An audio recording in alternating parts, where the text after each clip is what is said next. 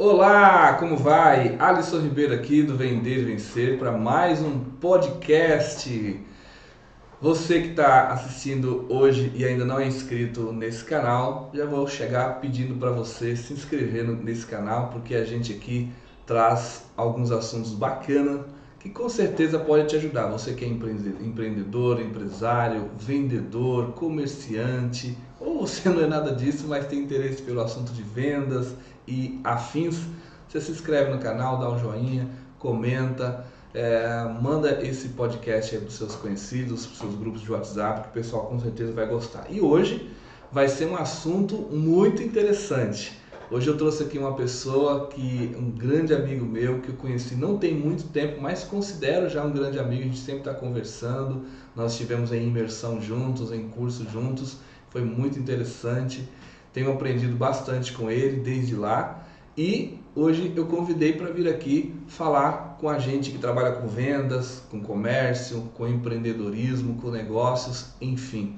Ele que é formado em administração, tem pós-graduação na área financeira, é um consultor financeiro e ele ajuda as pessoas, veja só, nessa parte de cuidar do dinheiro. Ele vai conversar com a gente aqui e dar umas dicas legais para a gente aprender a lidar melhor com o nosso din-din, né? Porque a gente batalha, né, corre atrás para fazer acontecer e tem que manter o equilíbrio financeiro, manter a saúde financeira, e muita gente aí anda tendo dor de barriga nessa área, né?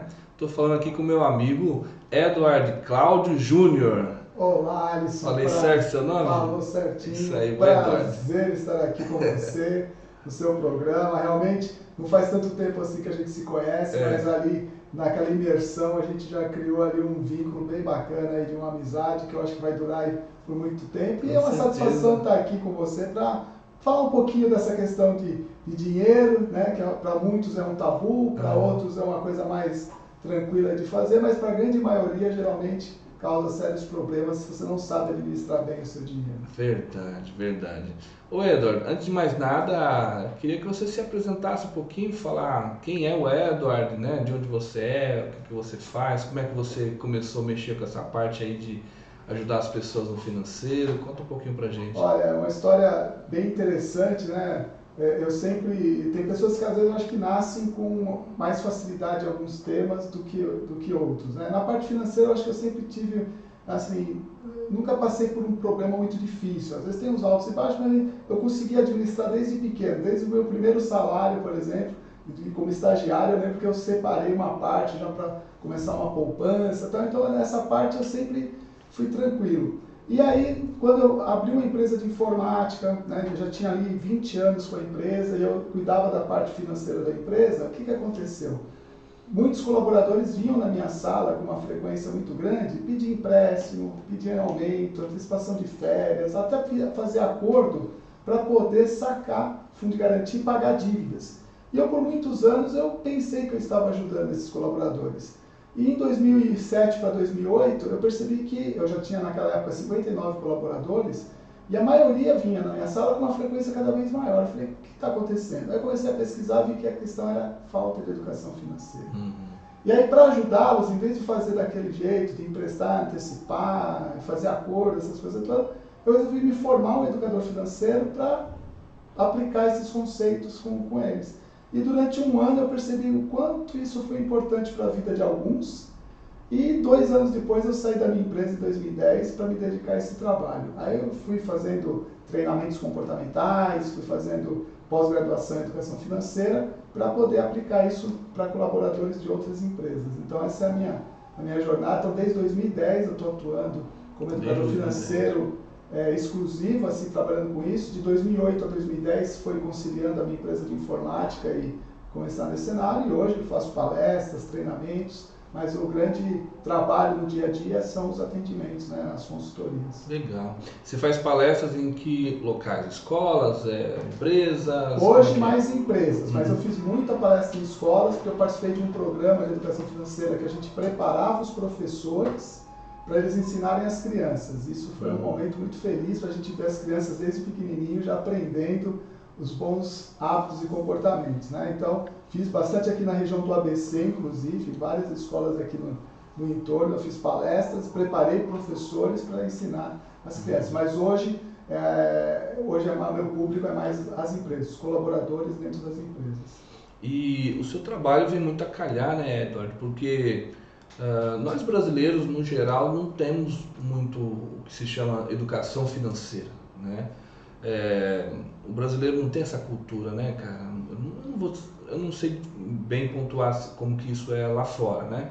Mas eu imagino naturalmente que outros países são mais avançados. São muito mais avançados. Tem países que já têm educação financeira desde a década de 80, por exemplo. Então, estão muito mais avançados nesse sentido. As pessoas já têm bons hábitos, bons costumes, sabem lidar com o crédito. E o Brasil tem uma questão, tem um crédito muito fácil, mas sem educação financeira e não bem utilizado, a gente vê que hoje 80% das famílias brasileiras estão endividadas. 80%? E desses 80%, 60% desse grupo estão inadimplentes. Então é muita gente realmente com problema financeiro, fruto dessa demora da educação financeira começar a ir para as escolas. Começou agora 2010, 2011 que começou. Então já avançamos bem, mas ainda tem muito ainda para avançar. Mas o que eu vejo é que as empresas também estão dando abertura para isso.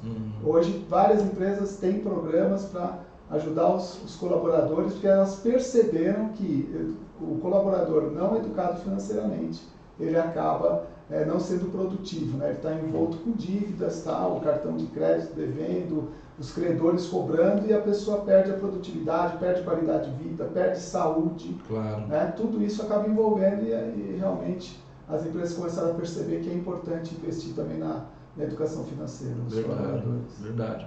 E as pessoas têm a mania, né? Sempre falar, é porque é a crise, é porque é o governo, é porque é o patrão, e está sempre terceirizando a culpa, né? E a gente sabe que se a gente tivesse, eu vou incluir, tá?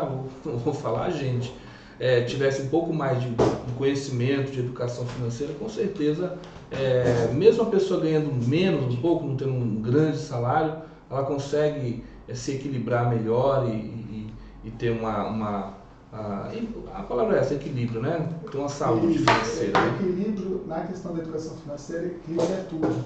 Porque tem muita gente que fala, aquela pessoa lá é educada financeiramente, é mão de vaca, né? Fala assim, tem dinheiro porque não gasta, tal. Tem que ter um equilíbrio, você tem que viver o hoje, mas também pensar no seu futuro. Então ter esse equilíbrio de gastar, ter uma vida confortável hoje, mas pegar uma parte disso para ter um futuro sustentável lá na frente. Você não pode só pensar lá no futuro, que aí também é ruim. As pessoas não vivem o hoje, não gastam com praticamente nada, só o mínimo, para guardar, pensando no futuro lá na frente, que de repente pode nem chegar. Né? E a pessoa não viveu também, não teve esse equilíbrio de viver bem o hoje. Então eu sempre falo que a educação financeira é o equilíbrio. E outra coisa que você falou importantíssima, as pessoas terceirizam a culpa.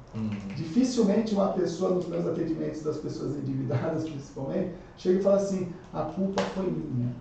A pessoa sempre vem, né, com, eu pago muito imposto, né, se é um empreendedor, às vezes reclama dos impostos, porque o meu cônjuge gasta demais, tem que ajudar sócio, e uma série de situações, está tudo muito caro, né? Então a inflação está demais, ou seja, tudo são terceiros, coisas fora, e na maior parte está dentro da pessoa, né? É lógico, algumas situações a gente percebe que às vezes por um problema de saúde de alguém da família, teve que se endividar porque senão, né, não podia ter lá uma cirurgia, sei lá, o tratamento adequado, e aí, mas são casos muito mais raros do que a própria pessoa, né? Depois quando a gente faz um trabalho, a pessoa mesmo começa a refletir e fala, poxa, eu estou hoje nessa situação devido às minhas escolhas no passado. Então eu estou colhendo hoje, né, exatamente aquilo que eu plantei lá na parte, principalmente na questão financeira. Tudo é assim, né, em qualquer área da nossa vida, mas na parte financeira não tem como. O que você está plantando hoje, você vai colher lá na frente. Se você está plantando o consumismo, fazer as coisas sem pensar, não, depois eu corro atrás para ganhar, porque tem muita gente que é assim, eu gasto para depois correr atrás do dinheiro. Tudo bem, na maioria das vezes, às vezes a pessoa até consegue, mas eu acho que o estresse, e se uma vez não conseguir? Né? Eu estou atendendo até uma empreendedora, né, que ela nos últimos 3 anos, ela sempre falou, não, janeiro é o meu melhor mês. Então ela já vai gastando por conta E agora ela está preocupada, porque parece que o cenário está um pouco diferente, ela não sabe se janeiro realmente vai se manter na meta dos últimos 3 anos, por exemplo. E ela já acumulou umas dívidas aí, já contando com esse retorno. Eu falo, tomara que venha, porque se não vier, infelizmente a pessoa vai entrar no endividamento, né? E a gente tem também uma tendência, né, Eduardo, de achar que você só vai se equilibrar financeiramente ou chegar até a guardar algum dinheiro, uma reserva e fazer algum investimento quando você passar a ganhar muito dinheiro. Exatamente. Então o cara fica correndo atrás de ganhar mais dinheiro para que quando ele estiver ganhando muito dinheiro, eu te falo porque eu já pensei muito assim também. Quando eu estiver ganhando muito dinheiro, aí sim, aí eu pego lá uma parte e vou investir, vou guardar, mas por enquanto o que eu ganho mal dá para fazer as coisas que eu tenho que fazer. Geralmente todo mundo fala isso. Só que o que acontece antes de o cara chegar a ganhar muito dinheiro e passar a guardar? Ele também, na medida que vai ganhando mais, ele vai incrementando o padrão de vida. Ele vai querendo ter aquele carro que ele sempre quis. O padrão de vida vai aumentando na mesma proporção, né? Então, assim, é uma corrida dos ratos, né? Nunca chega, né, cara? Fica numa coisa assim. Por isso que é importante até a educação financeira ir para as escolas, né? Para ensinar as crianças já desde cedo. Por quê? Porque se você depender de sobrar muito dinheiro para você começar a guardar e investir, é aquilo que você falou, você vai consumindo, você vai gastando, e aí você, vou ganhar mais, eu vou guardar. E entra num processo que não consegue. Uhum. E aí, educação financeira fala o quê? Mesmo que você não consiga guardar aquilo que você gostaria, guarda um pouco. Uhum. Porque hoje tem investimentos que com R$1 você já entra. Tem fundos de investimento aí nos bancos, nas corretoras, com R$1. Então não tem desculpa, só vou investir quando eu puder ter R$500 sobrando. Não, R$1 você já consegue. O Tesouro Direto com R$30, R$40. Então hoje tem uma possibilidade de investimentos, você não precisa ficar, lógico, investimentos para você começar a brincadeira, às vezes é R$1.000, 5.000, 10.000, 50.000. Tem fundo ali que você só entra se tiver 100 mil de aporte inicial. Uhum. Tudo bem, aí isso é para algumas pessoas, mas tem para todo o bolso. Para todo o perfil. E se você, e é legal você ensinar as crianças, isso eu vi nas escolas, que elas começam a prestar atenção nas moedinhas, separar uma parte, a gente ensina toda essa questão, como funcionam os juros. Então, a gente ensina isso para as crianças de forma lúdica e ela vai levar esse comportamento. Então, no primeiro salário que ela recebeu, hoje eu não vou falar mais salário, porque hoje o jovem pode se tornar um empreendedor, né? No primeiro prolabore, na primeira receita que ele fizer, ele já vai ter o hábito, eu vou separar 10, 15, 20%, sei lá, vai separar uma parte daquilo que ele ganha. Uhum. Tem até um livro que eu costumo orientar as pessoas, do rei da Babilônia. Isso. Né? É muito legal, porque ali tem o conceito certinho, né? De cada 10 moedas, separa uma, né? É exatamente isso, separar uma parte daquilo que você ganha. E eu falo, poxa, se todo mundo começasse no mínimo a ter esse conceito de separar 10% e aprender a viver com 90%. Mas eu quero guardar 20%. Ok, mas no mínimo 10% você tem que separar ali, para você ter uma reserva, para você realizar seus sonhos e objetivos. E o empreendedor, ainda mais, aquele que depende do seu negócio, aí ainda mais ele tem que ter esse conceito. Porque tudo bem, ele pode pegar, você me falou, né, que você pegou uma fase muito boa, 2 anos, então nessa fase boa, é a hora de você também separar uma parte para os seus objetivos e ter uma reserva. Porque em alguns momentos isso é cíclico, a gente dá uma diminuída e você tem esse suporte. Eu lembro que quando começou a pandemia, Alisson, por exemplo, eu, autônomo, né, 100% praticamente dos meus trabalhos eram presenciais, com palestras e treinamentos, e em 1, 2 semanas, tudo aquilo que estava programado para os próximos meses foi cancelado ou adiado. E aquele que adiou depois foi cancelado, porque todo mundo pensava que ia ser 1 ou 2 meses, e nós estamos aí vamos completar quase 3 anos, né?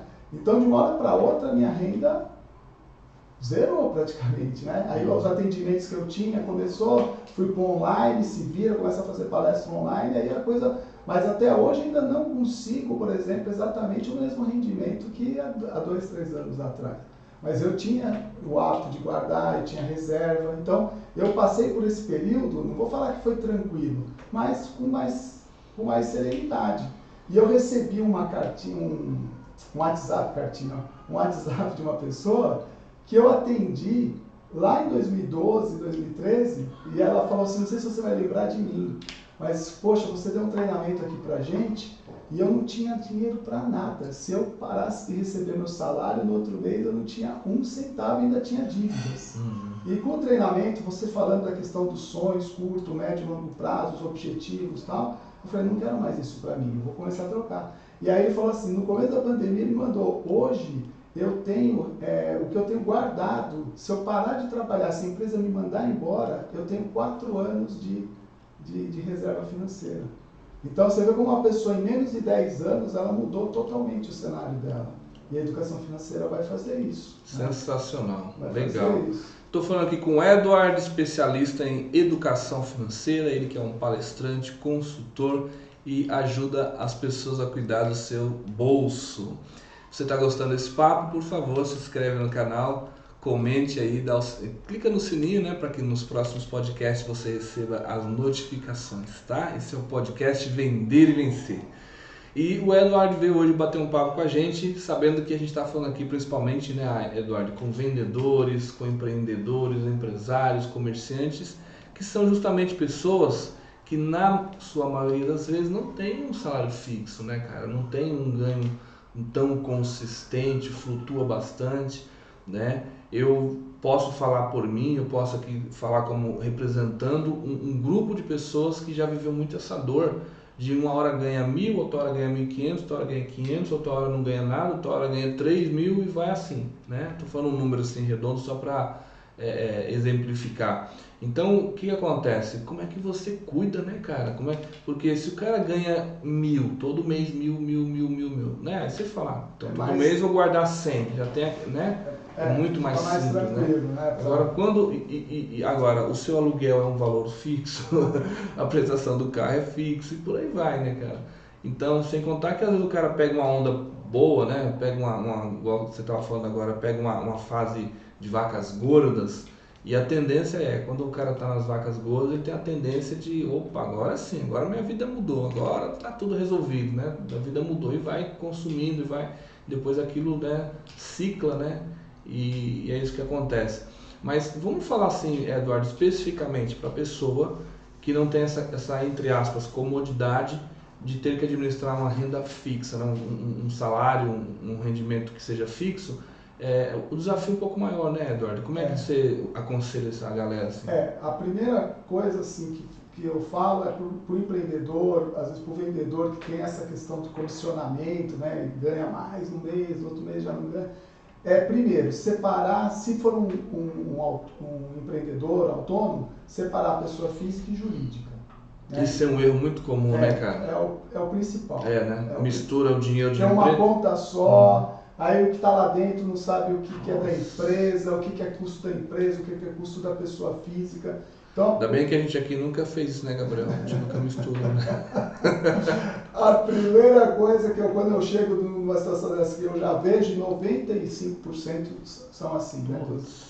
Então tá tudo misturado, o cartão da pessoa física paga coisa da empresa, e tem o cartão da empresa que paga coisa da pessoa física. Então a primeira coisa é separar, ter 2 contas separadas, levantar o que é os seus custos da empresa, levantar o que é o custo seu, pessoa física, então você falou aluguel, então levantar tudo que você tem todo mês, eu considero despesa fixa, tudo aquilo que você paga todo mês. Então, se você paga aluguel, prestação do imóvel, gasolina, Netflix, né, que hoje todo mundo tem, ou qualquer tipo de assinatura assim, é uma despesa fixa no sentido de todo mês você tem. O valor às vezes muda, você paga uma conta de luz, você não paga exatamente o mesmo valor, mas era uma despesa fixa porque todo mês você tem que pagar. Então você vê quanto que você tem de custo da pessoa física, para você entender quanto é o meu padrão de vida, quanto que eu gasto 5.000 por mês com tudo isso, com lazer, educação, supermercado, tudo, água, luz, gás, Netflix, tudo isso você tem que saber, para saber exatamente qual é o meu valor que eu preciso para manter o meu mês. Sabendo disso, aí é a vantagem de você ter ganhos variáveis. Porque naquele mês, vamos supor, que você consegue tirar um prolabore, uma distribuição de lucros na empresa, ou ter uma comissão maior, no caso dos vendedores, você fala, pô, eu ganhei 10.000, eu preciso de 5, o que você vai fazer? Você vai pegar daqueles 5.000, você pode até gastar um pouquinho a mais, pega 1.000, 2.000 para gastar com a família, fazer alguma coisa diferente, mas o restante separa. coloca numa reserva financeira. Aqueles meses que você superou em muito ali o que você tem de custo fixo para manter a sua pessoa física, você separa. Porque vai ter aquele mês que você vai tirar da empresa 3 mil, mas seu custo é 5, e aí como é que ficou esses dois? Você vai ter na reserva. Né? Mas primeira coisa antes de fazer isso é separar pessoa física e jurídica, ter a conta da pessoa física. E hoje tem uma vantagem, né, que muitos bancos abrem contas, esses bancos digitais, você pode abrir uma conta para sua pessoa jurídica, no caso, e você não vai pagar tarifa, porque antes o pessoal, pô, vai pagar 2 tarifas, pagar tarifa para pessoa física, tarifa... Aí começa a encarecer, mas hoje tem bancos aí, vários bancos que não cobram tarifa.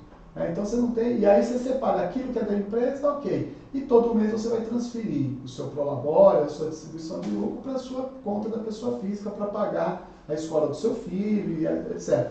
O que tem que evitar, e eu acompanhei muito isso, inclusive na minha empresa de informática, era a questão que às vezes o sócio, paga esse boleto aqui, escola do filho, né, o condomínio, paga aí. Depois desconta no Prolabore, sei lá. Então, mas na hora que você desconta, mas que desconto foi esse? Né? Parece que esquece, né? Isso acontecia muito comigo. Eu cuidava da parte financeira, o meu sócio às vezes dizia lá, mas que isso? Eu falei, você não me deu aqui o boleto da escola da sua filha? Aí eu descontei agora no seu... Ô Eduardo, mas aí acho que não entra um fator assim meio que, vamos dizer, psicológico, né? Porque, veja, a pessoa que vem empreender, né, o cara que vem ter a sua própria empresa, que luta por isso, batalha, às vezes o cara dá errado no primeiro negócio, dá errado no segundo, dá no terceiro, até que ele chega a se estabelecer, vai uma caminhadinha razoável.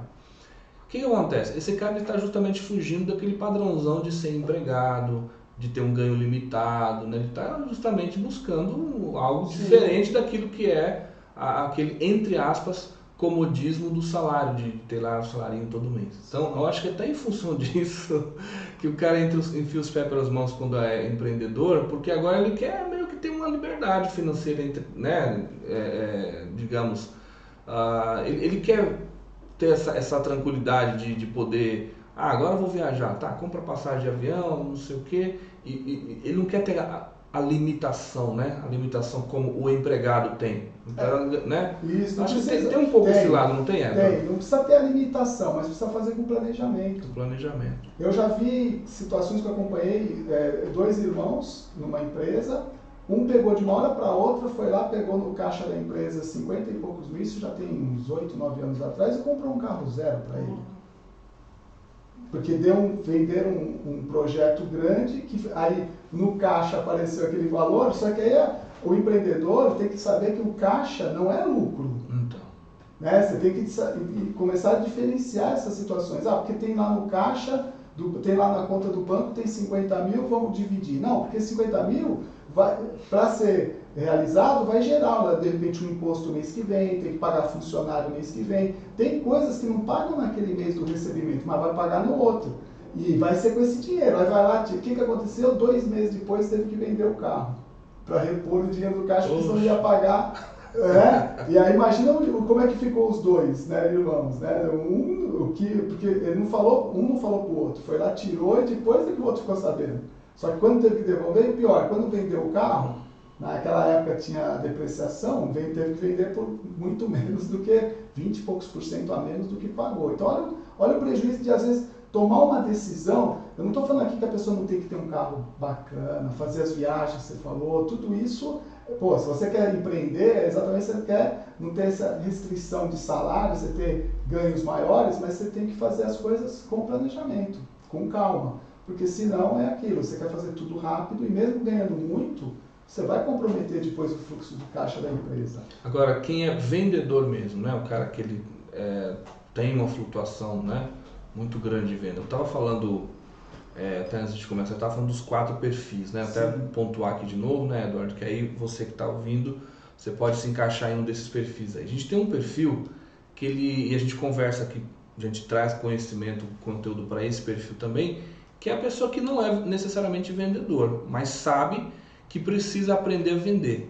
Mas por algum motivo, por exemplo, tem gente que tem preconceito com vendas, né? Porque cresceu ouvindo falar que vendedor é malandro, que vendedor não sei o que, lábia, não sei o que, e tem um pouco de preconceito. Aí a pessoa buscou uma formação, tipo psicólogo, é dentista, é advogado, é médico, qualquer outra profissão, e acha, buscou sua área profissional, mas sem levar em conta que todo e qualquer profissional precisa saber vender. Você tem um consultório de dentista, você tem que vender seu serviço, né? Por mais que fale, não, mas eu tenho aí o pessoal da agência que faz para mim, tem o pessoal que faz panfletagem, isso e aquilo, mas você, de alguma forma você tem a função de vendedor intrínseca ao seu negócio, isso não tem jeito, né? Então a gente tem esse perfil, tá? De pessoas que a gente fala de técnicas de vendas para não vendedores e até mesmo para pessoas que começou a cair a ficha que precisa aprender a vender, mas sabe, tem um preconceito, vamos dizer assim. Depois você tem um outro perfil, Edward, que é aquele que ele não tem esse preconceito, ele sabe que é importante vender, sabe que é bom vender, quer aprender mais sobre vendas, está buscando ganhar dinheiro com vendas, mas não sabe nada de técnica. Então ele acha que é falar com o máximo de pessoas, é divulgar, sair tagarelando, chegou uma pessoa perto, ele vai oferecer o produto e vai oferecendo.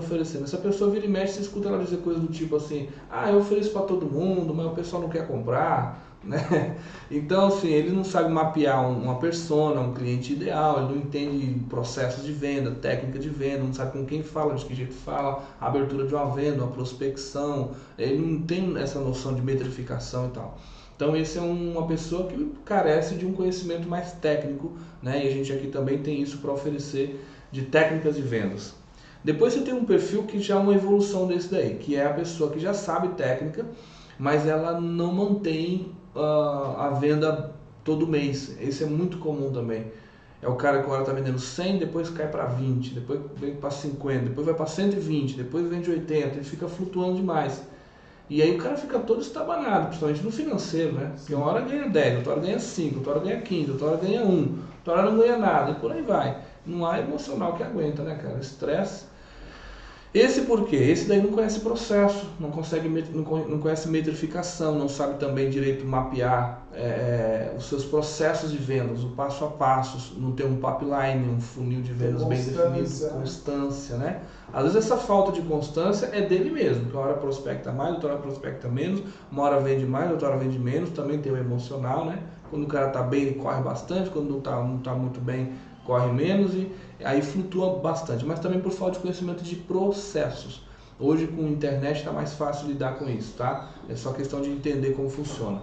E por fim você tem um cara que está bem mais amadurecido de todos esses lados aí, mas ele não está conseguindo manejar bem o seu financeiro. O cara sabe processo, sabe técnica, as vendas estão bem fluídas, conhece, tem todo o processo de venda na palma da mão, tem pipeline, tem marketing digital, tudo metrificadinho, bonitinho, está vendendo razoavelmente bem todo mês, consegue mapear, mas no financeiro o cara ganha dinheiro e não mantém, não consegue patrimônio, tá se endividando e tal. Então você que está ouvindo a gente deve estar se encaixando em algum desses perfis aí, né? Mas eu queria então, Edward, para a gente poder ajudar mais a galera que está ouvindo a gente, né, que é isso que a gente está tentando fazer aqui, levar um conhecimento de valor para as pessoas. E daqui a pouco eu vou falar os contatos do Edward, tá? Para você que precisar se conectar com ele. Aliás, Edward, no Instagram como é que você está lá? Edward Cláudio Júnior. Edward Cláudio Júnior, tudo junto? Tudo junto. Edward com W ali, né? W e D mudo no final. E D mudo. Isso, W-A-R-D. E-D-W, Edward. Isso. No final é D também. Edward Cláudio Júnior. Edward Cláudio Júnior no Instagram, tá bom, gente? Então, Edward, o que eu queria então te pedir? Pra gente falar coisa assim, poder passar para as pessoas uma coisa um pouco mais pontual e mais prática. Como que você governa as suas finanças, tomar o governo pé aí das coisas? Olha, eu já fiz bastante trabalho com vendedores, por exemplo, de seguros, de uma grande seguradora, que a seguradora me falou, tem vendedor aqui que tem ganhos expressivos, né, das comissionamentos e tal, mas sempre está com a situação financeira ruim. Então, assim, a primeira questão é verificar, porque é muito difícil, a pessoa que é um bom vendedor, não é que é impossível, mas uma pessoa que tem um perfil de vendedor, ele gosta disso, ele gosta de ir para campo, de vender, de tal, e a parte financeira não é muito com ele. Se você vê, a dica que eu falo, se você vê que você é da pessoa que, eu não quero saber de controlar, aí você tem que ter alguma pessoa para te ajudar. E aí eu já vi casais, por exemplo, né, ou o marido ou a esposa, um é vendedor ou vendedora e o outro é bom na parte financeira. Então você tem alguém ali para fazer os controles para você. E depois, só que você tem que se interessar, pelo menos, para que a pessoa te apresente o que está acontecendo. Porque também tem muito disso, a pessoa delarga, vamos dizer assim, né, o financeiro do outro, mas não acompanha o básico. Olha, quanto deu de lucro, qual é o nosso ponto de equilíbrio, né? Quanto a gente precisa vender para pagar todos os custos fixos e dali para frente ter lucro. Então são coisas que não são muito difíceis, né? Hoje você tem treinamentos aí na internet, no próprio Sebrae, tem muitas situações que você consegue ter conhecimento básico do financeiro, mas você não vai fazer, alguém vai te ajudar. Agora, se você fala, pô, não tem ninguém de confiança, então desculpa, você vai ter que separar uma parte do seu tempo, né? Tirar a parte ali só de vendas, da parte de processo, dessa parte de vendas, para controlar o seu financeiro. Mas mesmo assim, tem vários aplicativos hoje no mercado que podem te ajudar a ficar muito mais fácil, né, fazer o acompanhamento, tanto para a pessoa física quanto da pessoa jurídica.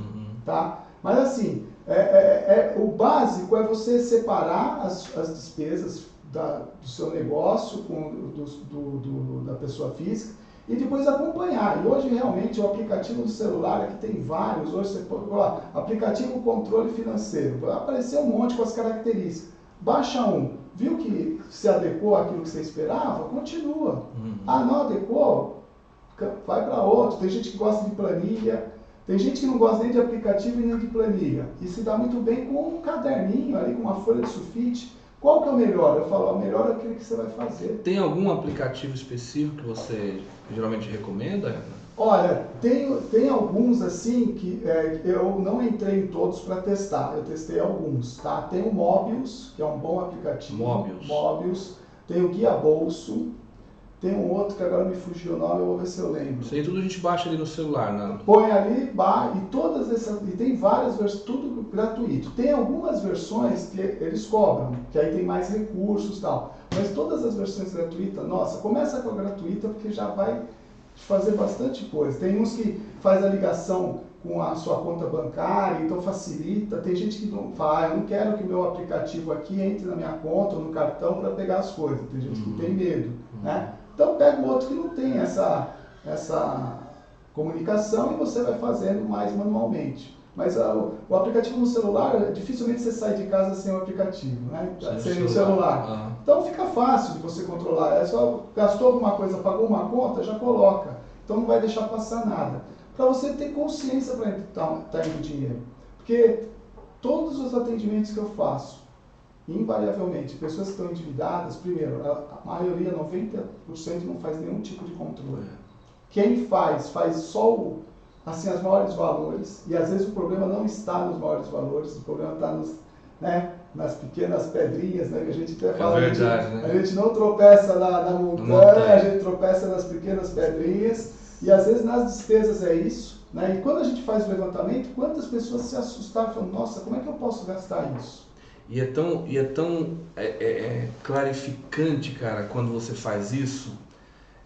Eu já tive fases que fiz, tá? Eu andava com a cadernetinha, né? Assim, no carro, né? O tempo todo. E uma coxinha que eu comia, eu ia lá e anotava, né? Fiquei uns meses fazendo, uns 3 meses. Aí no final do dia eu somava tudo. Aí depois eu fechei o mês, eu fiz uma planilha e eu coloquei o percentual, aí eu coloquei por segmentos. Então eu coloquei segmentos, né? Por exemplo, tudo que eu gastava com carro, gastava com alimentação fora de casa, alimentação que é de casa no supermercado, supérfluo, né? Meu, é legal que você se assusta, cara. Você fica olhando, poxa vida, esse aqui eu gastei R$1.000 nesse mês com isso daqui. Eu não sabia que eu gastava R$1.000 com essa categoria. Isso aqui dá pra cortar pela metade, isso aqui não é necessário, né? E clareia muito, né, cara, assim, o rumo das coisas, né? Você fazer isso, né? Exatamente.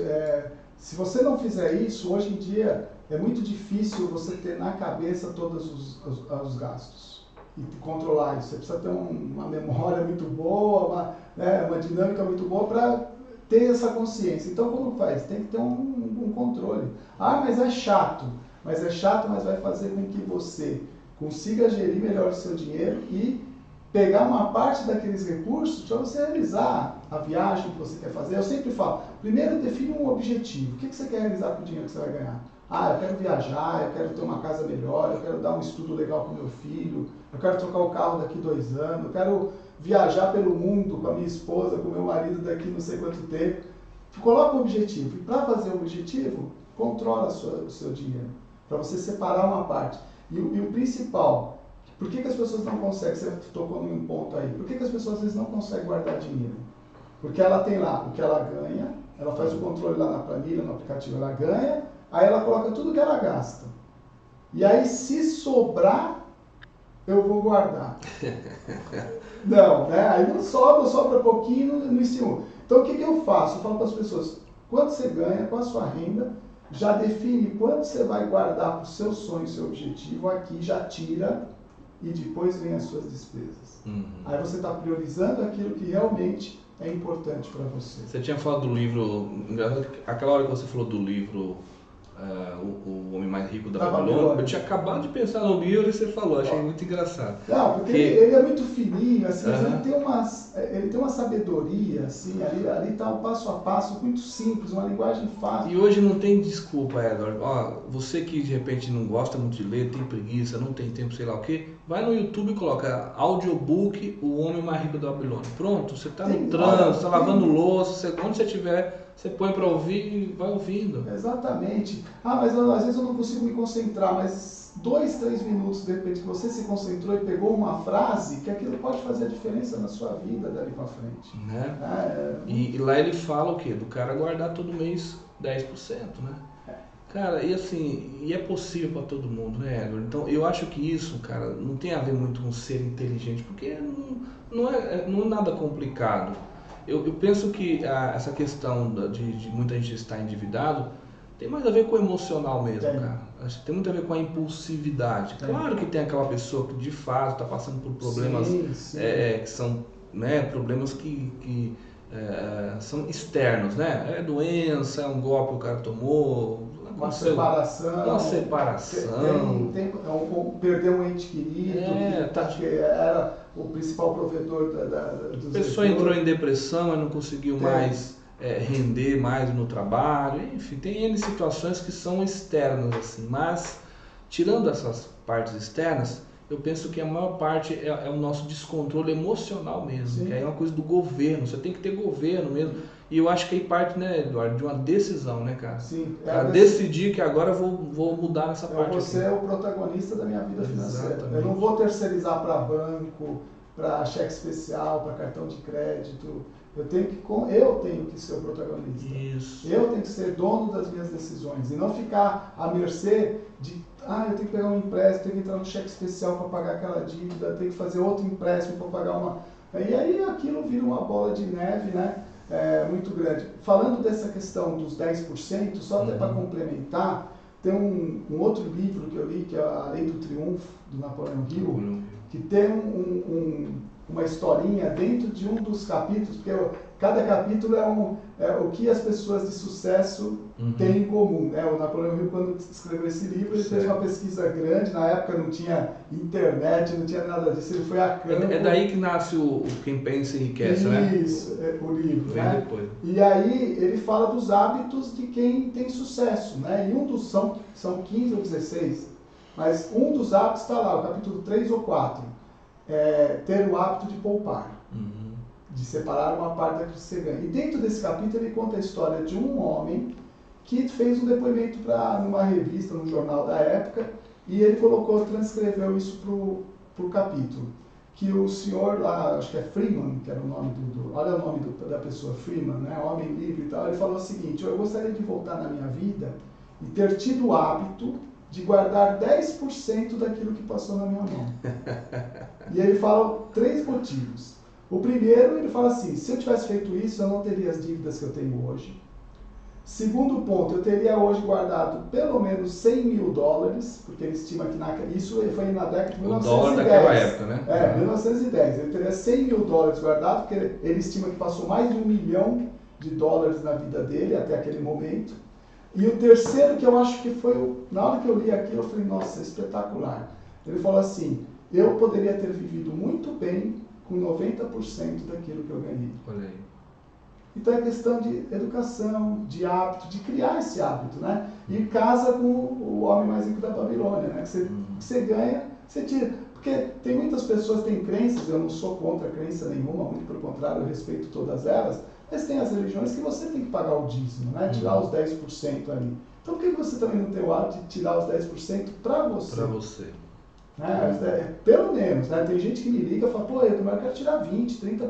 Principalmente os jovens, às vezes estão morando com os pais, começa a ganhar o dinheiro deles ali, não tem despesas assim e tal. Tem jovem que guarda 50%, já, né? E se investe bem esse dinheiro, pô, isso é o momento ideal ali para começar a construir um patrimônio bacana, né? Então, assim, pense a respeito.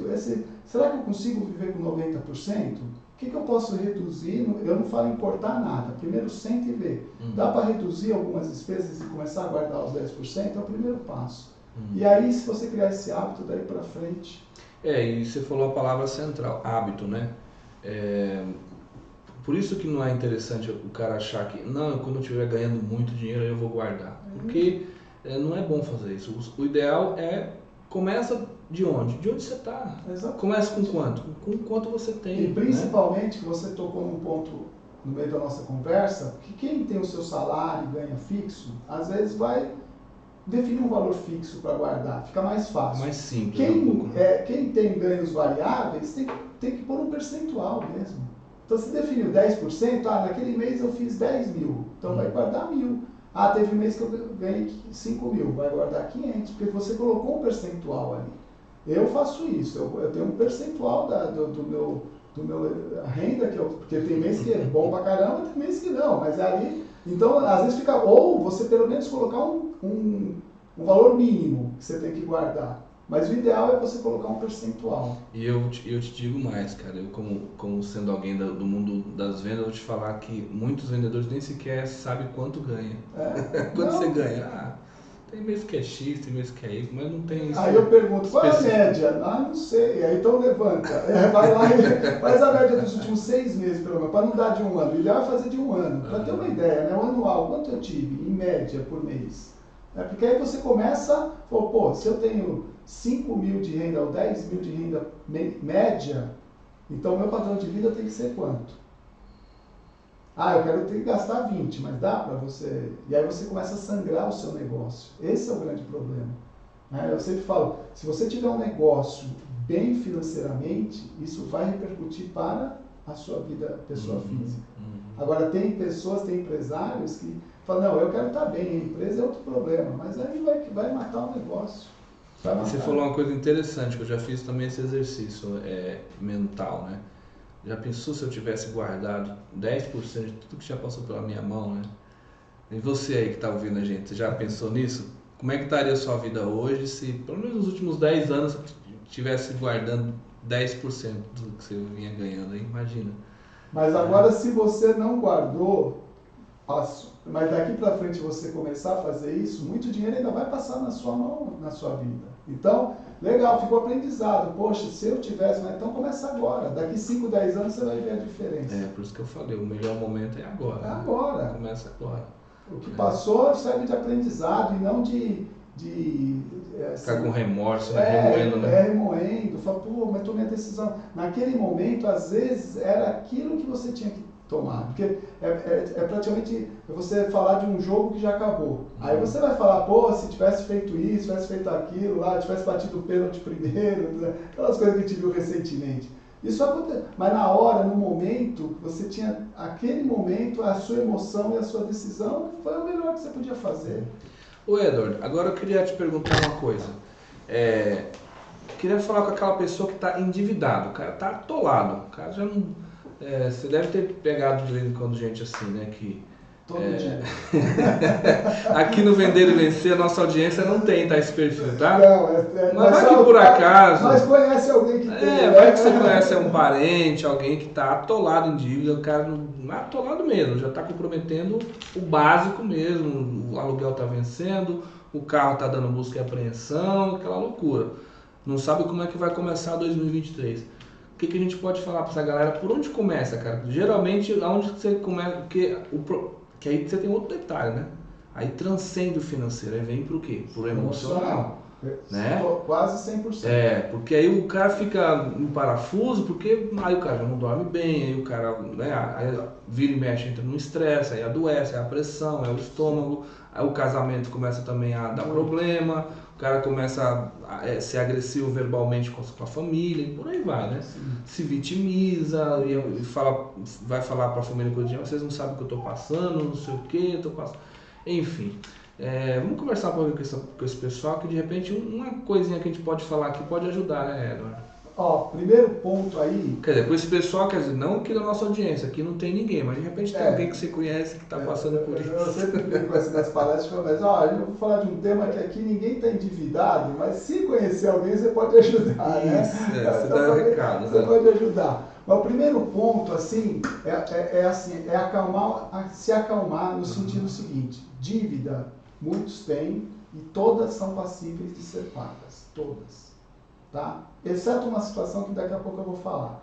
Mas todos os atendimentos que eu já fiz, as pessoas conseguiram resolver o problema se seguiram os passos, né? Para fazer isso. Se vê como é que seria a sua vida no futuro próximo sem essas dívidas. Para a pessoa poder falar assim, peraí, legal, imagina se você não tivesse dívida, como é que estaria a sua vida? Para ela ter um motivo, porque ela vai ter que fazer, e algumas coisas vai machucar, vai doer, vai incomodar. Uma memória de futuro, né? Memória de futuro, projetar, daqui um ano sem dívidas, como seria a minha vida? Legal, aí isso ela já vê o porquê ela vai ter que fazer.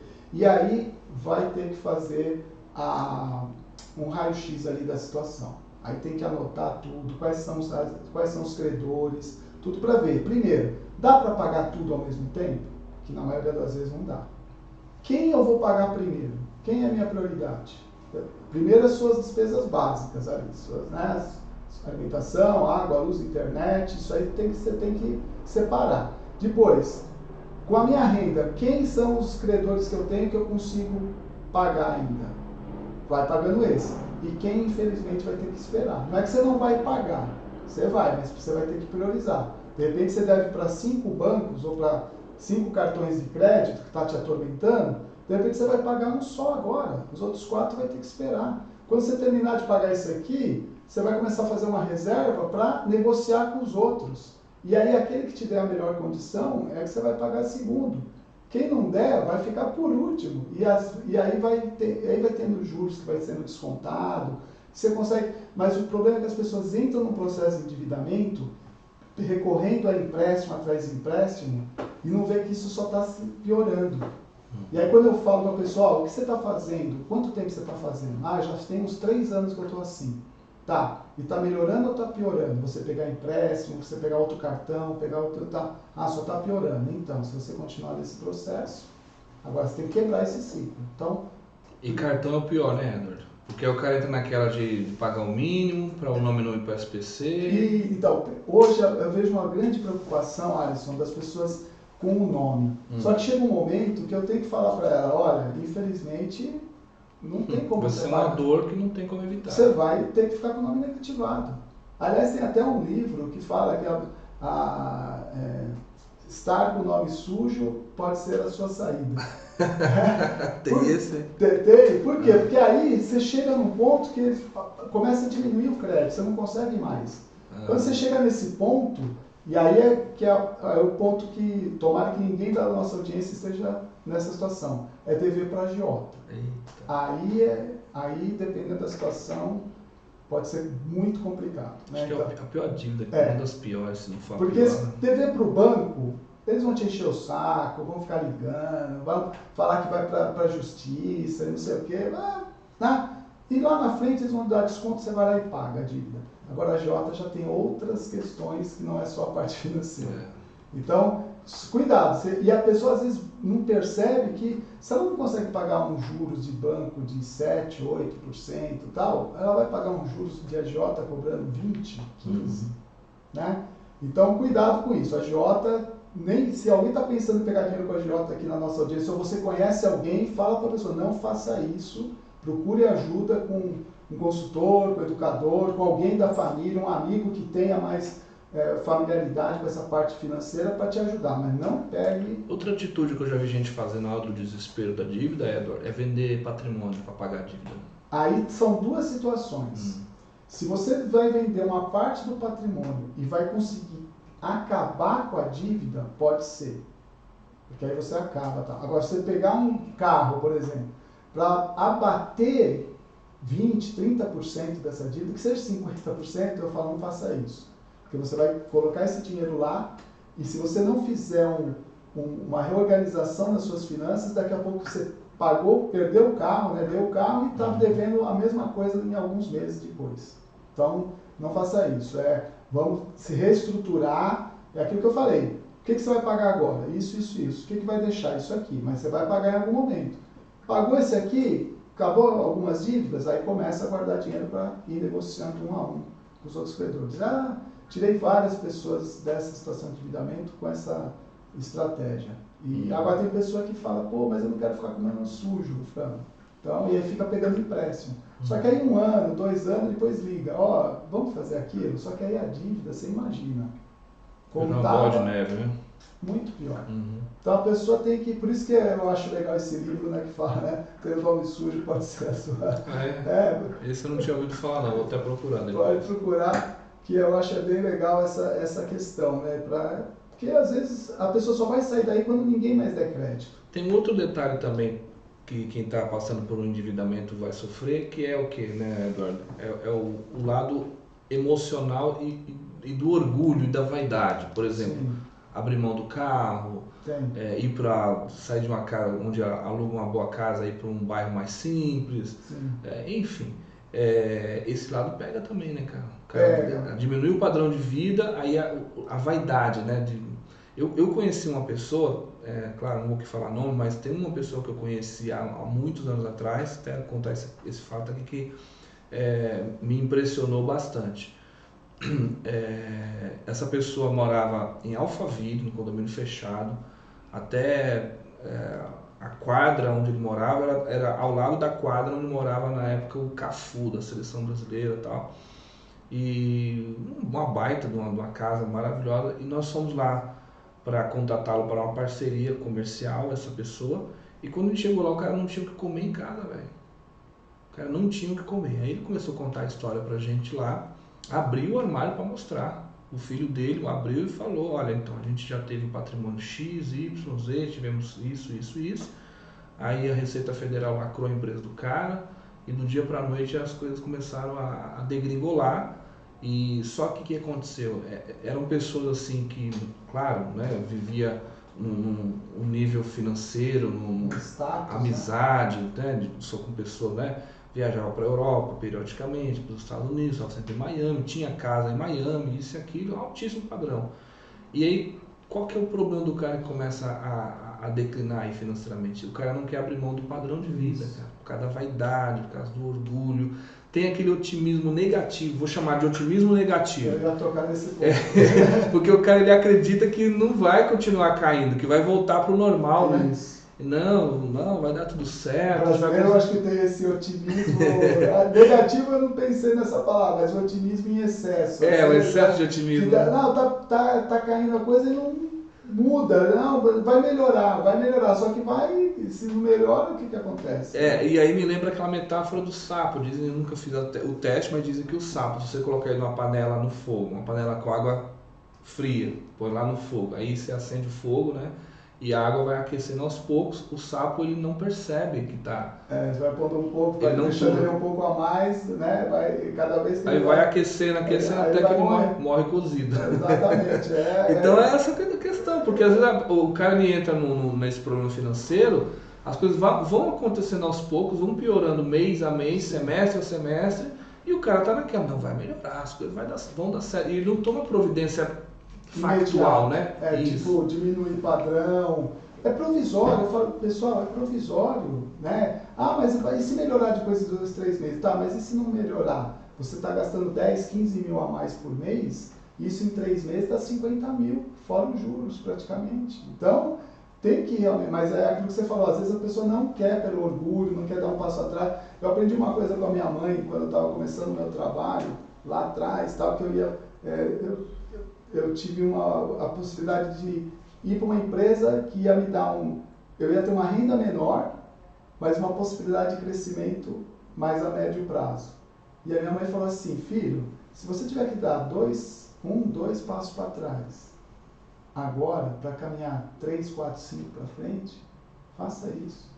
Aquilo nunca mais sai da minha cabeça. E na parte financeira, às vezes, você tem que fazer isso. Verdade. Você tem um padrão de vida que, de repente, por algum motivo, realmente não tem condições de manter, tem que ajustar. Eu lembro de um casal, uma vez que a gente foi fazer um trabalho, que eles também, vendedores de roupa, essa coisa toda de alto nível, e aí teve um problema econômico, sei que caiu bastante. Aí a gente chegou, o padrão de vida deles na época era quase 80 mil reais, 78 se eu não me engano. E aí a gente fez conta lá, falei, vocês vão ter que diminuir aqui para uns 25. Isso tem uns 6, 7 anos atrás. A mulher falou assim, pô, a gente vai passar fome? Né? A mulher virou assim, mas a gente vai passar fome com 25 mil reais. Eu falei, provisoriamente, até vocês, né, a coisa melhorar, o cenário, mas vocês não podem continuar gastando 70, 80 com renda de 25. Isso me lembrou um fato que aconteceu há uns anos atrás, não vou lembrar agora qual foi o banco, mas é um fato verídico. Um desses banqueiros aí que faliu, e o juiz decretou que ele era obrigado agora a viver com um prolabore só de 100 mil por mês. O cara saiu do tribunal aos prantos. Como que eu vou viver com 100 mil? Isso há muitos anos atrás. Então, mais ou Um menos. desses bancos que faliu aí uns anos atrás, não vou lembrar, depois eu vou pesquisar na internet, mas pra você ver, mentalidade, né, cara? Você vê, a média do brasileiro vive com o quê? 2 mil reais por mês? 3 mil?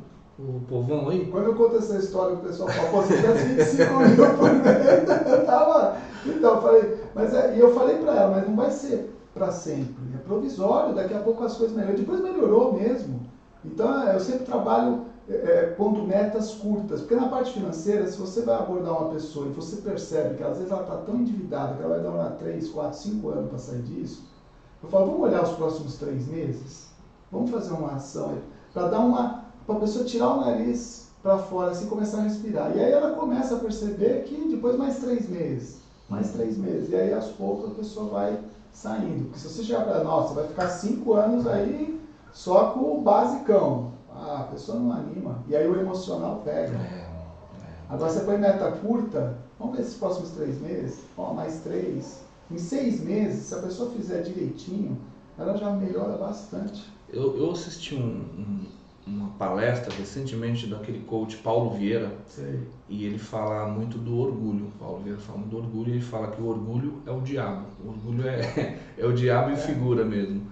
E verdade, né, cara? Você vê, isso que nós estamos falando aqui passa muito pelo orgulho mesmo. Sim. Porque, primeiro porque às vezes o cara ele já está gastando mais do que pode por orgulho. Porque ele não quer não mostrar para os parentes, para os amigos, para os vizinhos que ele não tem a condição. Então ele fica tentando mostrar essa fachada e isso sai caro para ele. E às vezes o cara já enfiou os pés pelas mãos justamente por isso. Por ter que estar bancando essa fachada que ele quer mostrar, né? Depois, quando as coisas começam a degringolar, ele entra numa fase declinante, os negócios, e esse ano aqui, né? Vamos combinar, né, gente? Esse 2022, pelo amor de Deus, que ano que foi esse, né? Foi um ano atípico, vamos dizer assim, é o mínimo que pode se dizer. Para algumas pessoas foi muito bem, para a maioria eu vou dizer que não foi tão bem assim, né? Então foi um ano de muita instabilidade, muita insegurança, ainda está, nós estamos vivendo aí politicamente um negócio que nunca vivemos isso. Ainda vai ser bem desafiador. Né? Essa reta final do ano, tem gente que está falando que ainda vai ter coisas que vão acontecer, não sei. Tivemos agora a Copa do Mundo, essa doideira toda. Bom, então foi um ano que a gente teve reflexo da pandemia que agora, que deu a dor de barriga, né, do que veio lá da pandemia e tal. Muitas pessoas faliram, muitas pessoas se endividaram, muitos negócios não se... Então, o que acontece? Quando você começa a ter esse chacoalho, né, esses incômodos todos, aí entra a questão do orgulho. O cara fala, não, eu não quero abrir mão de viajar, eu não quero abrir mão... Agora eu vou te falar uma coisa, Alisson, nessa parte, eu vejo que aí a questão do orgulho afeta mais os homens do que as mulheres. Mais os homens, né? A mulher é mais pé no chão nisso aí, né? Hoje em dia, a grande procura por ajuda são as mulheres. Eu atendo muito mais mulheres nos atendimentos do que homens, né? E eu sei que é porque é a questão do... mas quem está mais endividado? Os dois estão. Só que o homem tem aquele orgulho, de repente, não, sou provedor, eu tenho que ajeitar, não preciso de ajuda de ninguém, né? Eu vou sair disso sozinho. Só que ele está naquele furacão e às vezes ele não consegue enxergar a saída. Mas ele tem orgulho de procurar uma ajuda externa. Ele tem orgulho de abrir para a esposa ou abrir para a família uma situação dessa. Quantos casos eu já peguei que a pessoa fala, ninguém na minha família está sabendo. Quando o homem chega no ponto de procurar ajuda. E aí fala, mas sua esposa está sabendo? Tá? Conversa, mostra, não, mas poxa, tal, não sei o que. Mostra, porque você mostrando, aí, os filhos, dependendo da idade, mostra, fala com os filhos, mostra. Pô, quantas vezes o professor, cara, eu estou aliviado. Eu falei com a minha esposa, eu falei com os meus filhos, todo mundo falou, não, vamos ajudar você, pai, vamos ajudar, vamos pra cima.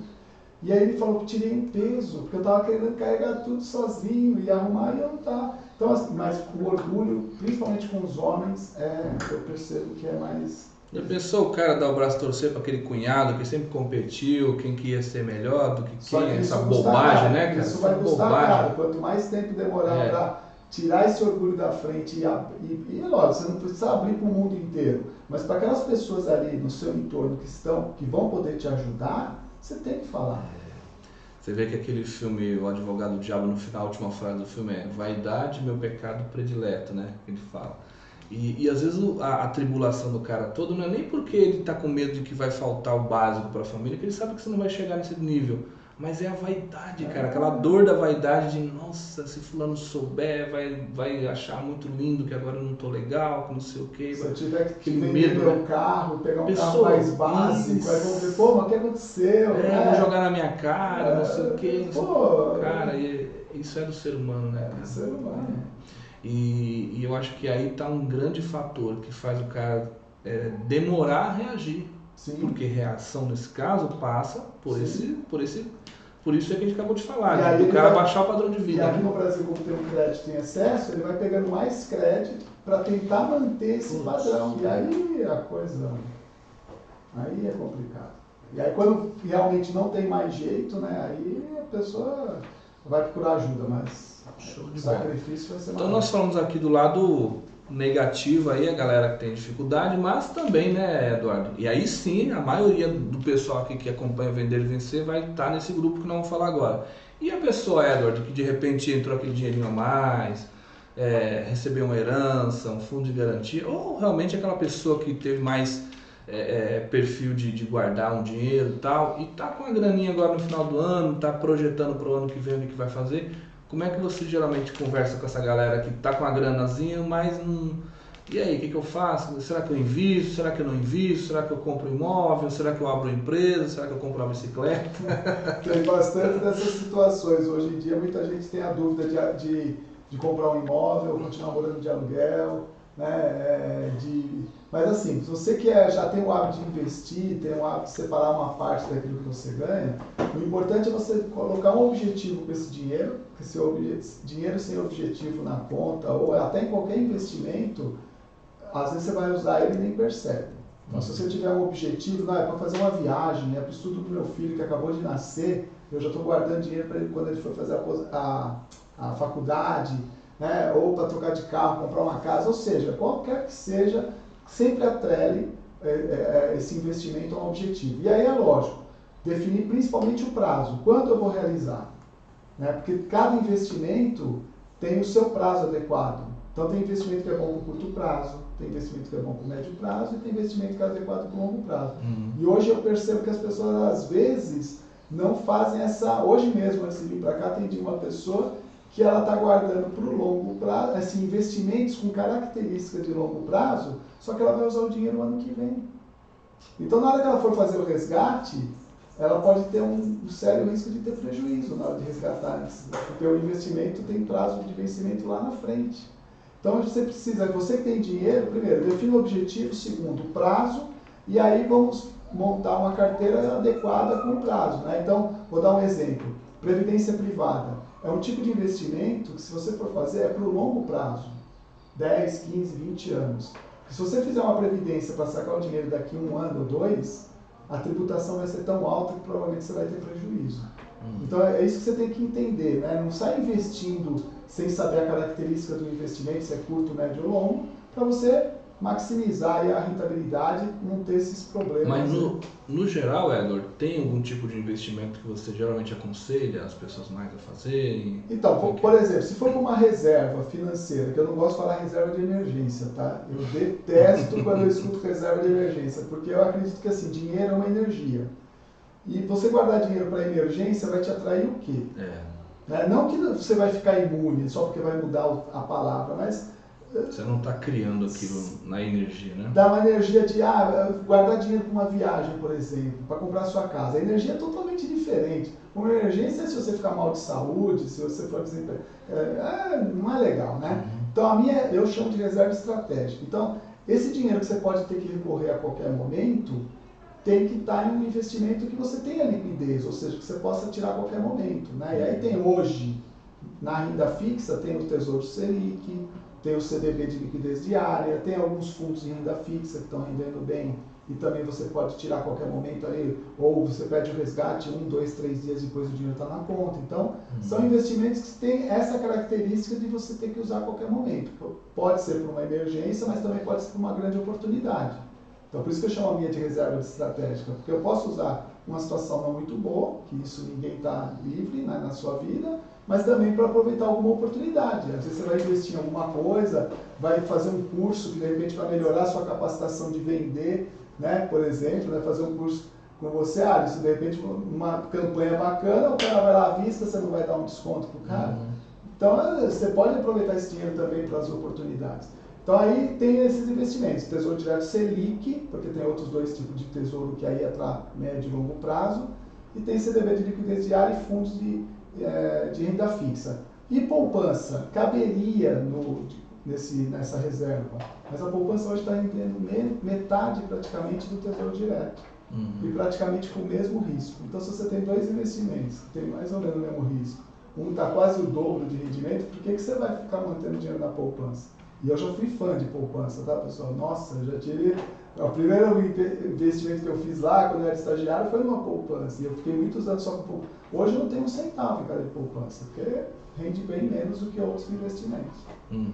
E o brasileiro não tem a cultura de investidor, né, Edward? Está melhorando. Está melhorando, né? Agora com a internet, né? As corretoras... As informações estão mais... As corretoras que tem hoje são excelentes corretoras, tem muita informação de qualidade nos sites das corretoras. Você entra lá, você quer saber, o que é uma debenture? Vai lá, explica direitinho. O que é um fundo multimercado? Está ali. Ou seja, você hoje, falta de informação não é. Às vezes tem tanta informação que você fica meio perdido. Aí você tem que dar uma filtrada, mas hoje está bem mais tranquilo. Mas tem muita gente ainda que pode investir, com certeza.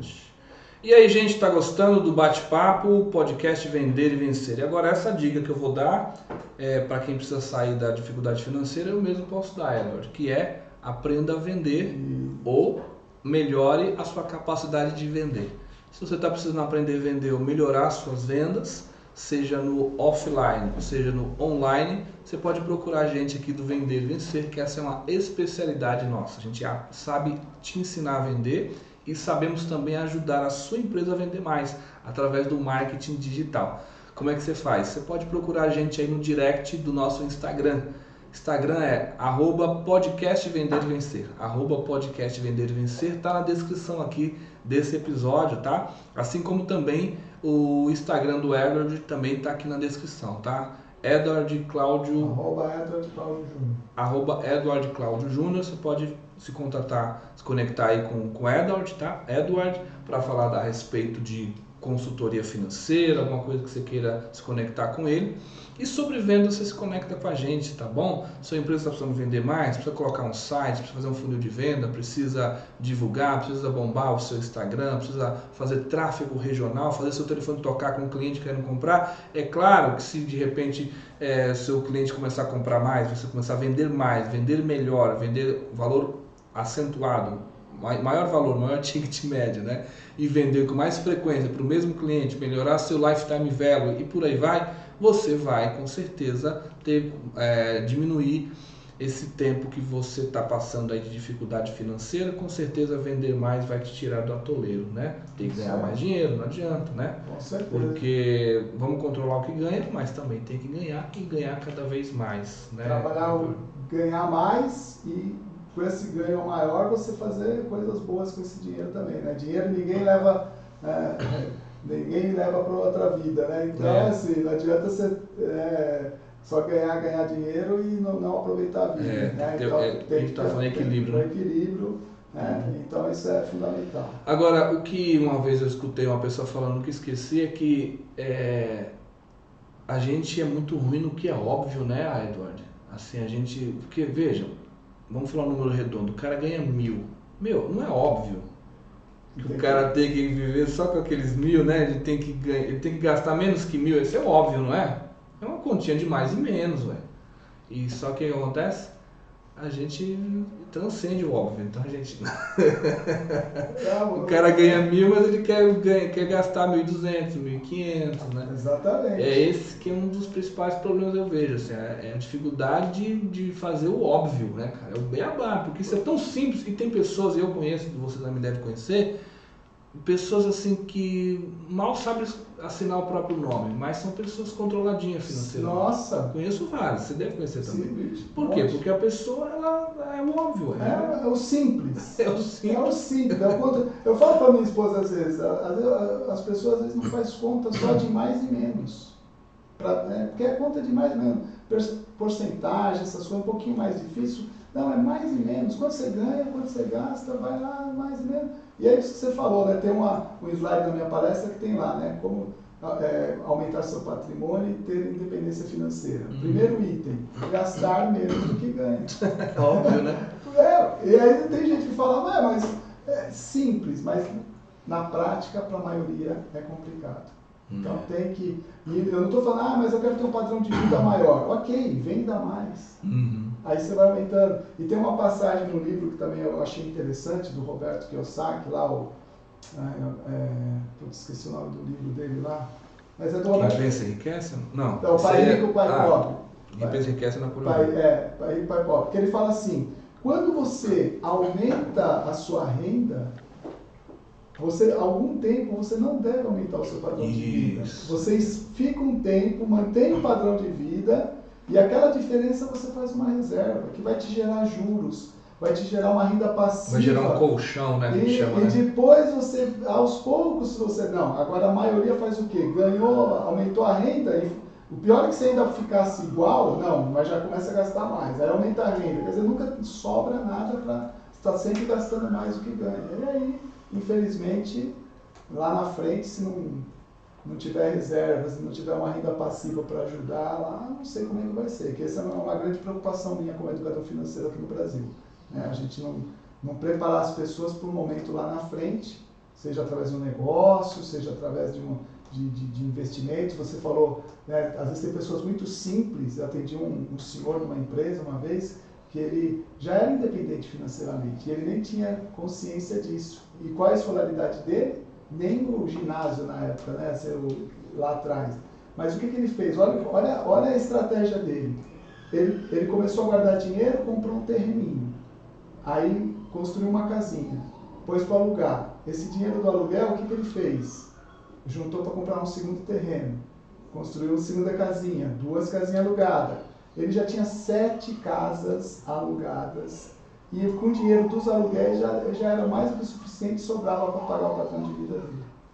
E ele quase sem escolaridade, gastando menos do que ganha e usando bem os recursos da renda passiva, começou a aumentar o patrimônio. E assim, hoje em dia você vê pessoas ganhando muito dinheiro e gastando muito também e não fazendo nenhum pé de meia, nenhum patrimônio. Né? Tem um educador financeiro aí na internet, chama Roberto Navarro. Deve ter ouvido falar dele. Uma vez eu vi uma palestra dele que eu gostei muito, que ele fala do segurança, como se fosse uma pirâmide, né? Então você imagina a base da pirâmide, o meio e o topo. A maioria não vai chegar no topo, mas a base é a segurança. Segurança financeira. O que é a segurança financeira, segundo ele falava nessa palestra? É você ter o colchão financeiro. É assim, eu acho que você deve ensinar isso também, né, Edward? Que assim, se a pessoa ganha 5 mil por mês, então, ou seja, por ano ele ganha 60, ok? Então ele precisa de pelo menos 60 mil no ano. Então, você ensina quantos meses do padrão de vida reservado você ensina? Eu falo que tem 3 números. O mínimo é 3 meses. Mínimo 3 meses. Mínimo 3 meses dos seus gastos. Uma boa reserva são 6 meses. Mas para quem é autônomo ou tem renda variável, essa coisa toda, tem que ter 1 ano. Então a pessoa que precisa de 5 mil para sobreviver, para pagar suas contas, isso. No mínimo 15 mil ele tinha que ter na conta. 15 mil. No mínimo. 15 mil para essa... É um dinheiro que ele não toca, deixa lá guardadinho, paradinho. Exatamente. Se tocar, logo depois em seguida já repõe. Né? Uma boa são 6 meses. Agora, o ideal 1 ano. Pelo menos 1 ano de reserva. Mas porque se acontecer algum revertério, 1 ano dá tempo do cara se reorganizar. Né? Se a pessoa é trabalhadora, CLT, essa coisa toda, eu acho que 6 meses já é uma boa reserva, porque ela vai receber, se for mandada embora nesse cenário, vai receber fundo de garantia, vai receber lá as verbas decisórias e dá para esticar para esse 1 ano ou até mais. Né? Agora, quem é autônomo, que, por exemplo, eu, se parar por algum motivo não puder trabalhar, tem que ter no mínimo 1 ano para realmente se reorganizar, né? Então tem essa base aqui que ele falava, que é a segurança financeira. Aí o cara formou a segurança, que é o colchão, né? Aí depois vem para independência, que é você conquistar aquele patamar onde você já tem renda passiva, né? Então é quando você tem casa alugada, ou você é aposentado, ou você tem investimentos que rendem, né? Ou seja, aquela grana que entra para você, faça chuva, faça sol, sem você precisar necessariamente acordar cedo e correr atrás daquele dinheiro, né? Essa é a independência financeira, que eu acho que todos nós buscamos também. Algumas pessoas têm um pouco disso, não, mas isso é importante buscar. E por fim, que é aquele sonho, esse nem todo mundo chega, que é a liberdade financeira, né? O que é a liberdade financeira? Eu diria, o cara fala, você mora onde você queria morar, qualquer lugar do planeta. Vai viajar para onde você quiser. Você viaja para onde você quer. Vai no restaurante, come o que você quiser. Né? Você tem o carro que você imaginar que você tem o avião que você quer. Então não é livre ainda. Quem comanda ainda é o dinheiro, né? Você vai onde pode, você faz o que pode. Isso é um percentualzinho pequeno de pessoas que chega lá, mas você não precisa disso para ser feliz. Mas tem a questão financeira, né, Edward? Eu acho que certas coisas já transcendem um pouco aquilo que é o necessário, vamos dizer assim. Mas de um patamar para baixo já começa a interferir na sua felicidade, na sua saúde, na sua família. Aí é que começa a complicar. Eu trabalho muito, meu maior objetivo quando eu faço treinamentos, palestras, os atendimentos, é conscientizar a pessoa a alcançar essa independência financeira. Né? Porque ela não dependa de estar tendo que trabalhar por necessidade. Tanto é que, para mim, o conceito de independência financeira, eu resumo, assim, é quando você começa a trabalhar somente por prazer e não mais pela necessidade do dinheiro. Porque você já gerou essa renda passiva que você falou, imóveis, investimento, própria aposentadoria do INSS pode somar ali e tal, e vai te pagar ali o padrão de vida. Se você gasta 5, vai te pagar os 5 e ainda alguma margem ali de segurança. Então aí você, pelo menos, você não vai depender de parente, não vai depender de caridade e não vai depender de trabalhar por necessidade. Porque imagina uma pessoa hoje, né, as pessoas hoje que estão vivendo mais do que há anos atrás, as pessoas estão, graças a Deus, aí vivendo 80, 90 anos, hoje não é difícil você encontrar pessoas com essa faixa etária, né, mas tendo que trabalhar com essa idade, porque não tem recurso, ou tem que depender de parente, ou tem que depender de caridade, né? Então, acho que hoje a minha missão eu sempre levo essa informação. Trabalhe para que você seja independente financeiramente em algum momento. Você trabalhe somente por prazer e não mais pela necessidade do dinheiro. E aí faz parte de uma boa educação financeira, começar a gastar menos do que ganha, investir bem o seu dinheiro.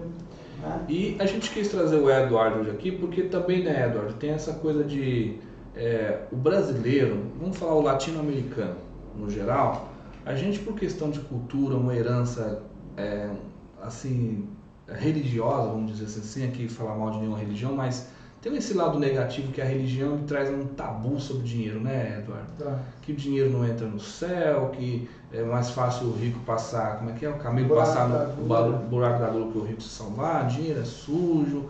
Então essas crenças, né, cara, a respeito de dinheiro e esse tabu, você veja que no Brasil a gente meio que tem um tabu, não se fala de grana, cara, não se fala de dinheiro, parece que é errado ganhar dinheiro, é errado lucrar, é errado prosperar. Tem um lado assim, né, que a gente precisa derrubar isso um pouco, né, essa crendice e essa culpa de possuir, de prosperar, de crescer. A gente sabe que tem outros países, nos Estados Unidos, é normal, cara, ter boa condição financeira, prosperar, andar com um bom carro conversível. Aqui no Brasil ainda tem mais o lado da insegurança, da violência, ainda tem mais esse lado que contribui negativamente para a gente nem tocar no assunto, não deixar ninguém saber que está dando certo as coisas para a gente, né? Então ainda tem mais esse lado todo, né, Eduardo? Então vamos quebrar esse tabu, vamos falar de dinheiro sim. Eu sempre falo, ó, o casal tem que sentar periodicamente, numa boa, não discutir. Ah, porque um gasta mais do que o outro, que não sei o quê. Não, mas falar sobre dinheiro, como que tá, quais são os objetivos, quais são os sonhos do casal, da família, envolver os filhos de uma determinada idade, já participar. Falar em casal, você pega bastante esses casos, Edward, de casais que tem esse problema o financeiro tá degringolando porque eles não entram num acordo? Como é que é isso aí? Direto, e aí é aquilo que eu te falo, geralmente o problema está no homem. Que aí é o orgulho. Porque às vezes a mulher, ela fala, olha, a gente está num momento que a gente precisa de ajuda externa, a gente não está conseguindo. E aí a pessoa não quer. E o homem, assim, que acontece também em muitos casais, né, Eduardo?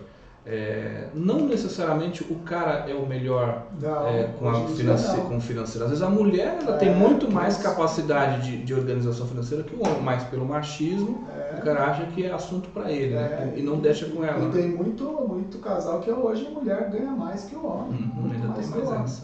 Muito mais que o homem. Mas tem que falar e sem essa questão de briga. O dinheiro vai servir para vocês realizar os sonhos e objetivos. Tem que começar daí a conversa. E aí sentar e falar, pô, você está gastando mais aqui, mais ali, vamos ajustar, vamos reduzir um pouquinho aqui, vamos conversar, vamos realizar esse sonho. Ah, que sonho que você tem para realizar? Porque às vezes o casal, um tem uma coisa, o outro quer fazer outra coisa. Aí combina, vamos trabalhar junto para eu realizar esse primeiro para você, depois você me ajuda a realizar esse aqui. E assim vai, né? Em casa mesmo eu tinha problemas com a minha esposa, ela não gostava de falar de dinheiro. Né? Então, falar de dinheiro parece que estava querendo controlar, que não sei o quê. Calma, né?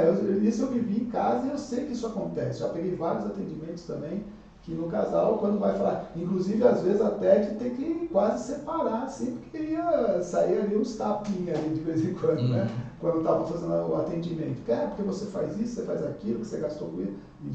Fala, calma, vamos sentar. Ele virou um assunto proibido, né? Porque já fica... Vira. E as crenças que você falou também interferem. Essa questão do dinheiro é sujo, de quem é rico, e não tem uma boa índole, né? Que deve ser picareta, ladrão. Quantas pessoas hoje são... tem pessoas que têm dinheiro e são ruins? Tem. Mas tem muito mais pessoas. Aqui na mídia só passa o ruim, praticamente. O que é bom, às vezes não passa, ou passa numa proporção muito pequena. Mas eu pego, às vezes, pessoas que falam, pô, eu via meu pai e minha mãe brigando por causa de dinheiro, então eu não quero dinheiro. Então a pessoa, tipo assim, o dinheiro chega para ela tem até capacidade de ganhar dinheiro, mas quando chega, ela tchum. Por quê? Porque ela viu o pai e a mãe brigando quando ela era criança. Então ela faz aquela conotação, aquela crença que dinheiro é ruim, porque ela via muito o pai e a mãe brigando por causa disso. E quando ela vira adulta e começa a receber dinheiro, ela acha que aquilo é ruim. E aí gasta, não quer saber do dinheiro. Entra em situações aí de risco. E tem um outro problema também, né? A facilidade, né? Às vezes a gente fala, o fácil ali, fazer o fácil, óbvio. Mas tem muita pessoa que ganha muito dinheiro e rapidamente. E aí cai nessas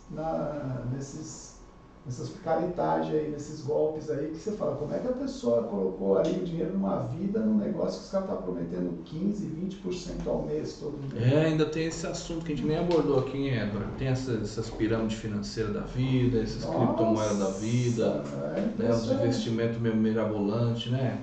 Umas promessas meio fora de Eu sempre falo, olha, às vezes a pessoa me liga e fala, o que você acha? Me prometer esse investimento. Quando eu escuto, eu falo, foge disso. Em 2019, cara, vieram me mostrar uma proposta em que você colocava uma grana, recebia já 30% ao mês. Nossa. Aí você indicava as pessoas, daqui do que o cara colocava, você ganhava ainda 10%. Verdade. Né? E os caras já chegam mostrando, fulano, Beltrano, não sei o que, tá lá, o cara ganhou 100 mil, o cara ganhou 200 mil. E de tempos em tempos vem um boom, né, dessas pirâmides. Então, aí no começo, quem entrou no começo, aí não vai, mas vai chegar um momento que não se sustenta. E aí muito mais gente vai perder. Tem aquela meia dúzia que lucra no começo. No começo, mas depois, e aí a pessoa vai falar, poxa, perdi o dinheiro da minha poupança, da minha aposentadoria. Mas aí é o viés da ganância, né, que entra. Dá dinheiro fácil e rápido, sem ver os riscos que está envolvendo o negócio. Verdade. Os 7 pecados capitais, né? Entra, no que diz respeito à financeira, entra a inveja, né? Cara, entra a ganância. Luxúria, né? Luxúria. Então... E tudo que o ser humano faz, cara, no final das contas, vai sempre se relacionar a sexo e poder e grana. O cara quer grana para ter poder, com grana e poder ele tem sexo. Ele quer sexo para se sentir poderoso ele ganha também mais dinheiro. Então tá sempre triangulando por aí.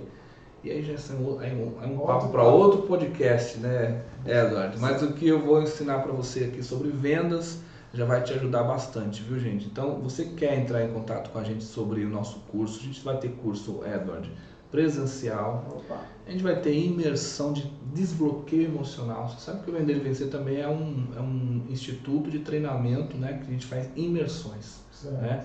Eu que conheci o Edward no IFT, que é o Instituto de Formação de Treinadores, a gente sempre procura honrar a fonte, né? Esses dias eu até gravei um vídeo de depoimento. O nosso querido Massaro Gata, se estiver assistindo aí, um beijo aí pro Massaro Gata, Bianca, a galera toda. Porque que acontece? A gente se formou como treinador comportamental e na área de vendas, né, Eduardo? Você tem a parte que é técnica, mas você também tem a parte emocional, que pega muito. Aliás, é mais pesado no emocional do que o técnico. O técnico você aprende, você lê uns livros, você vê vídeos, a gente aqui te ensina, tá? Como aborda cliente, como fala do produto, como falar de benefícios, a gente vai te ensinar tudo. Técnicas de vendas avançadas, inclusive, as técnicas de vendas, as tendências para 2023, você saber marketing digital, saber gatilho mental, neurovendas, neuromarketing, entender a mentalidade do cliente, saber mapear um cliente ideal, saber como aborda, como é que fecha essa venda, aprender a ser um closer, né, que é o fechador de venda, entender o seu perfil, se autoconhecer, tudo isso você aprende tecnicamente. Só que aí vem uma parte emocional que é mais subjetiva, né, cara? É mais subjetiva. Então, alguém já disse que quando você não tem autoconhecimento, o seu subconsciente te governa e você chama aquilo de destino. Olha aí. Então você tem uma parte sua que é inconsciente, que está te levando para uma determinada situação, que está sempre recorrente àquela situação. Cara, isso às vezes está numa situação onde você pode resolver numa imersão. Sim. Né? Uma imersão onde tem coisas assim de alto impacto, né? Para você trabalhar o seu emocional, trabalhar problemas que você traz da infância. Então vem aí nossa imersão Vender e Vencer, tá? Temos a imersão então, temos curso online que a gente está para lançar agora, já você vai saber disso daí. Temos a mentoria, então se você quer ter uma mentoria com a gente, pontual, a gente se encontrar aí 4, 5 vezes, a gente vai ver o seu negócio, ver a sua situação, mapear o seu segmento, o seu mercado, ver o que você tem que fazer. Você que está lidando com vendas, ter o seu negócio, ter o seu comércio, ter o seu empreendimento, está meio perdido, como é que eu faço, como é que eu não faço, vale a pena isso, vale a pena aquilo outro, não sei o que eu faço, vou para o marketing digital, por onde eu começo no marketing digital, tudo isso a gente pode te ajudar numa mentoria. Né? Isso vai te ajudar a cortar caminho, tá bom? A gente já vendeu alguns milhões aqui de reais nos últimos anos, com online, a gente sabe bastante como que funciona, tá? Então, temos aí então o curso Vender e Vencer. Quem entrar em contato conosco, @podcast Vender e Vencer, você fala com a gente lá no direct, tá bom? E o Edward quer se conectar com ele, @Edward Cláudio Júnior. Isso? Júnior é Júnior inteiro mesmo. Júnior inteiro. Bacana. Edward, mais uma vez te agradecer por estar com a gente aqui, obrigado, tá, cara? Assim, sensacional esse bate-papo. Eu acho que muito necessário mesmo. Eu creio que você tem conseguido ajudar muitas pessoas. Eu vi você dando lá uma pequena palestra no IFT, achei muito interessante. Dali eu já falei, nossa, tem que trazer o Edward aqui no Vender e Vencer para falar com a nossa audiência. Espero que vocês tenham gostado. Quem não se inscreveu no canal, se inscreve aí, por favor. E comente também, né? Deixa suas dúvidas aí, comenta aí pra gente o que você achou de tudo isso. Edward, fica à vontade aí para... Só agradecer, Alisson, pelo convite. Falar de educação financeira é minha maior missão, né? Fazer com que as pessoas possam realmente ser protagonistas da sua vida financeira e realizar cada vez mais sonhos. E estou à disposição, hein? Pelo Instagram, se quiser entrar em contato. A gente também tem essa questão de um acompanhamento com as pessoas. Se você quiser tratar de um tema específico, pontual, para resolver, às vezes, estou em dúvida de faço um financiamento, casa própria, não faço, que tipo de financiamento é melhor. Então, a gente faz toda essa análise com vocês, parte de investimentos também. Ou se você está endividado e não está conseguindo sair das dívidas, entre em contato com a gente, que a gente está aqui para ajudar a você a sair dessa situação e melhorar a sua vida financeira, com certeza. Mais uma vez, um grande abraço. Mandar um abraço se o Massaro estiver assistindo, né? É um grande... eu acho que para você também, para mim, é uma referência nesse mundo de treinamento comportamental. Isso, eu sou uma pessoa antes e uma pessoa depois do IFT, levando esse conteúdo de educação financeira, adaptando muitas coisas que a gente aprendeu lá. Então, eu só tenho uma gratidão também para o Massaro e toda a equipe, a Bianca, os Brunos, todo mundo que está lá, né, vê a gente. Vamos tirar uma foto e depois mandar para eles. Com certeza. Sensacional. Obrigado, então, Edward, por ter vindo aí falar com a gente. Satisfação. E você que está nos assistindo aí, aqui embaixo do vídeo tem essa setinha que você pode mandar esse vídeo para as pessoas nos grupos, para os seus amigos, para os seus parentes, pessoas que precisam saber um pouco mais sobre finanças, tá bom? Você vai estar ajudando esse canal. Não deu like ainda, dá o like no vídeo, se inscreve para a gente poder estar junto sempre, tá bom? Um grande abraço e até o próximo vídeo. Tchau!